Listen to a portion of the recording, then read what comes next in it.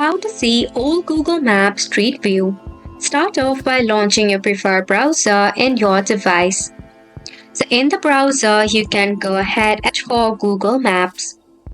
Tap on the first option, or you can directly type in maps.google.com. You'll be redirected to a new page that is locating the locations. Now to get yourself the street view, what you can do is firstly search for the location of which you wish to check for the street view of. Once it loads up, at the bottom, probably in your right hand corner, you will see this person icon at the bottom. Now if you click on this, now you will see that you'll be able to locate the street view.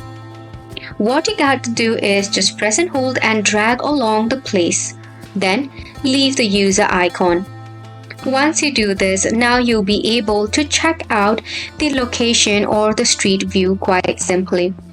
You can rotate it to check out the 360 view as well. Isn't it simple? So make sure to go ahead and give this a try. Thank you so much for tuning in. We will see you very soon.